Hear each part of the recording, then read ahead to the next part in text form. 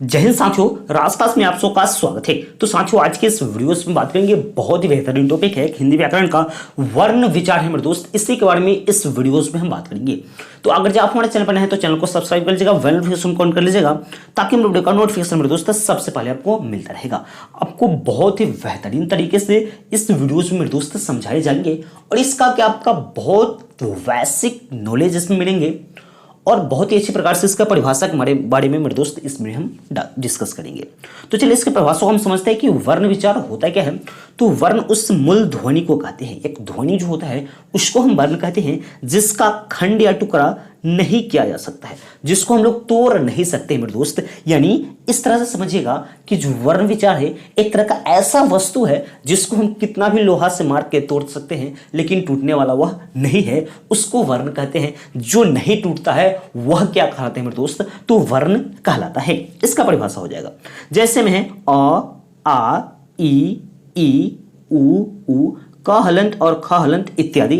इसके जैसे में बहुत सारे हो सकते हैं मेरे दोस्त। नोट पॉइंट फर्स्ट में मैंने यहाँ पे लिखा है, वर्णों के क्रमबद्ध समूह को, यानी वर्णों के जो क्रमबद्ध समूह से हम लोग सजाते हैं उसको हम लोग क्या कहते हैं, तो वर्णमाला कहती है। यहाँ पे नोट पॉइंट फर्स्ट में आप लोग नोट करते चलिएगा कि वर्णों के क्रमबद्ध समूह को वर्णमाला कहते हैं। सेकेंड नोट पॉइंट में है, हिंदी वर्णमाला में 52 वर्ण या ध्वनियां प्रयुक्त किए जाते हैं। जो हिंदी वर्णमाला है इनमें हम लोग 52 ध्वनियां या वर्ण का प्रयोग करते हैं मेरे दोस्त। अब यहाँ पे बात आता है मेरे दोस्त कि वर्ण कितने प्रकार के होते हैं।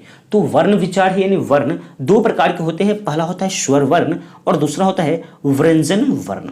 तो हम लोग बात करेंगे पहले स्वर वर्ण क्या होता है, उसकी क्या प्रकार है, क्या परिभाषा है, इसके बारे में मेरे दोस्त पहले बात करेंगे। तो पहले यहाँ पे आता है कि स्वर वर्ण क्या है, स्वर वर्ण किसे कहते हैं। तो स्वर वर्ण है, स्वर उस मूल ध्वनि को कहते हैं, एक मूल ध्वनि है, मूल ध्वनि यानी मूल ध्वनि है, यानी स्वर एक यहाँ पे स्वर उस मूल ध्वनि को कहते हैं जिसके उच्चारण में, यानी जिसका हम उच्चारण जब करते हैं तो किसी दूसरे चीज का हम सहायता ही नहीं लेते हैं, अपने आप से ही मतलब रखते हैं, उसको हम लोग स्वर वर्ण कहते हैं। इसकी परिभाषा को फिर से समझेंगे। क्या है परिभाषा, कि स्वर उस मूल ध्वनि को कहते हैं जिसके उच्चारण में किसी दूसरे वर्ण की सहायता ना लेनी पड़े, उसको हम लोग स्वर वर्ण कहते हैं। जैसे में अ ई पूरा हो जाएगा, अ तक आपका हो जाएगा, अंग और अह को छोड़कर। यहाँ पे आता है क्या है, नोट में स्वर वर्ण के कुल कितना संख्या है, तो स्वर वर्ण 11 होते हैं, कुल स्वर वर्ण। इसका स्वर्ण के भेद होता है, जो स्वर्ण वर्ण है उसका भेद होता है। तो दो प्रकार से एक भेद होता है, एक आता है मेरे दोस्त उच्चारण के आधार पर और दूसरा होता है जाति के आधार पर। तो उच्चारण के आधार पर स्वर के कितने भेद होते हैं और जाति के आधार पर स्वर के कितने भेद होते हैं, इसके बारे में बात कर लेते हैं। तो पहले हम लोग समझते हैं कि उच्चारण के आधार पर, यानी जो उच्चारण है, यानी जो हम बोलते हैं उसके आधार पर कितने प्रकार के होते हैं आपका स्वर वर्ण। तो उच्चारण के आधार पर 3 प्रकार के इसके स्वर वर्ण होते हैं। पहला है हर्षव स्वर, दूसरा है दीर्घ स्वर और तीसरा है प्लुत स्वर।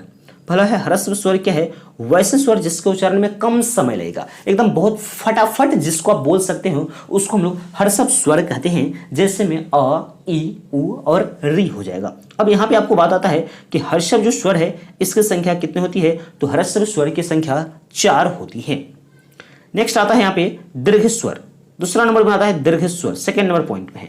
तो दीर्घ स्वर होता है क्या है, वैसे स्वर जिसके उच्चारण में हर्षव से ज्यादा समय लगे। हर्षव जो है हर्षव स्वर है, हर्षव स्वर या हर्षव स्वर, हर्षव स्वर से जिसके ज्यादा समय लगेगा उसको हम लोग दीर्घ स्वर कहते हैं। हर्षव का मतलब छोटा, लघु, उसको हम लोग छोटा सा कहते हैं। और दीर्घ का मतलब कि बड़ा, यानी बहुत बड़ा, उतना ही बड़ा नहीं, यानी जो पहले वाले उससे थोड़ा सा बड़ा, उसको हम लोग दीर्घ स्वर के नाम से जानते हैं। जैसे में आ, ई और उ हो जाएगा। और लास्ट थर्ड नंबर इसका पॉइंट है प्लुत स्वर। तो प्लुत स्वर क्या है, वैसे स्वर जिसके उच्चारण में सबसे अधिक समय लगेगा, सबसे ज्यादा जिसमें समय लगेगा उसको हम लोग प्लुत स्वर कहेंगे। जैसे में ओम, इसको बोलने में हमें सबसे ज्यादा समय लगता है। और इसके बाद है कि जाति के आधार पर, तो जाति के आधार पर स्वर वर्ण के कितने प्रकार होते हैं। तो जाति के आधार पर स्वर वर्ण 2 प्रकार के, सजातीय और विजातीय स्वर होता है। विजातीय स्वर वर्ण यानी विजातीय वर्ण। तो पहले हम लोग समझेंगे सजातीय क्या होता है। तो सजातीय कहने का मतलब यहाँ पे अ, आ, ई, उ, इसको हम लोग सजातीय वर्ण कहते हैं, ठीक है। और विजातीय कहने के लिए कुछ किसी दूसरे, यानी सजातीय का मतलब कि अपने ही जाति का सजातीय, विजातीय का मतलब कि दूसरे ही जाति का। तो सजातीय अपनी जाति कहने का मतलब कि अ है और इसी का जाति क्या है, तो आ है। दूसरा है छोटी ई, हर्ष ई और दूसरा है दीर्घ ई। नेक्स्ट आता है हर्ष उ और दीर्घ उ, छोटा बड़ा क्या हो जाएगा, सजातीय वर्ण हो जाएगा। दूसरा है विजातीय वर्ण।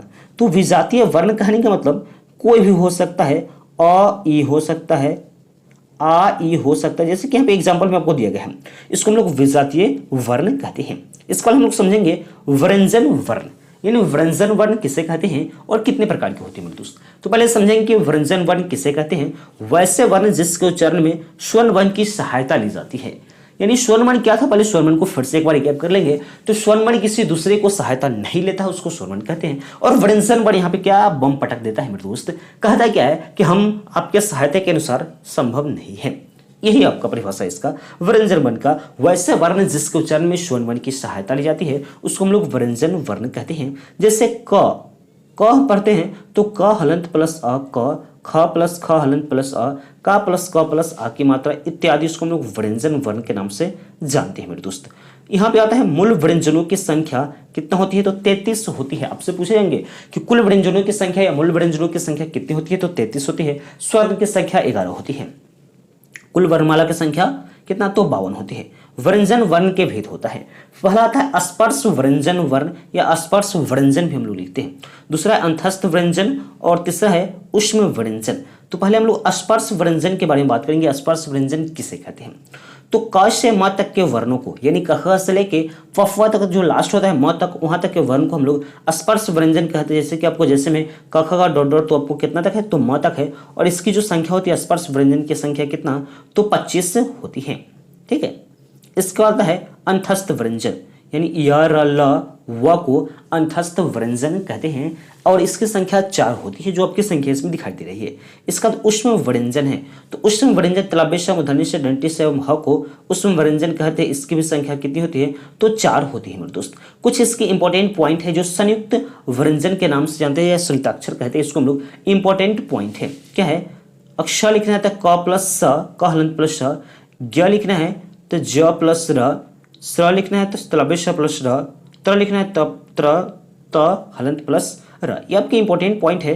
ठीक है मेरे दोस्त, ये वीडियो जो आपको पूरी अच्छी प्रकार से मेरे दोस्त समझ में आ गई है, इसके नोट्स आप लोग आराम से लिख पाएंगे और अपने दोस्तों के पास जरूर से जरूर शेयर कीजिएगा मेरे दोस्त। अगर जब आप हमारे चैनल पर हैं तो चैनल को सब्सक्राइब कर लीजिएगा, वेल नोटिफिकेशन ऑन कर लीजिएगा, ताकि मेरे वीडियो का नोटिफिकेशन मेरे दोस्त सबसे पहले आपको बहुत बेहतरीन तरीका से आपके मोबाइल में यह वीडियोस जाता रहेगा मेरे दोस्त। इस वीडियो को सभी दोस्तों के पास जरूर से शेयर कीजिएगा। तो मिलते हैं नेक्स्ट वीडियो में, तब तक के लिए जय हिंद।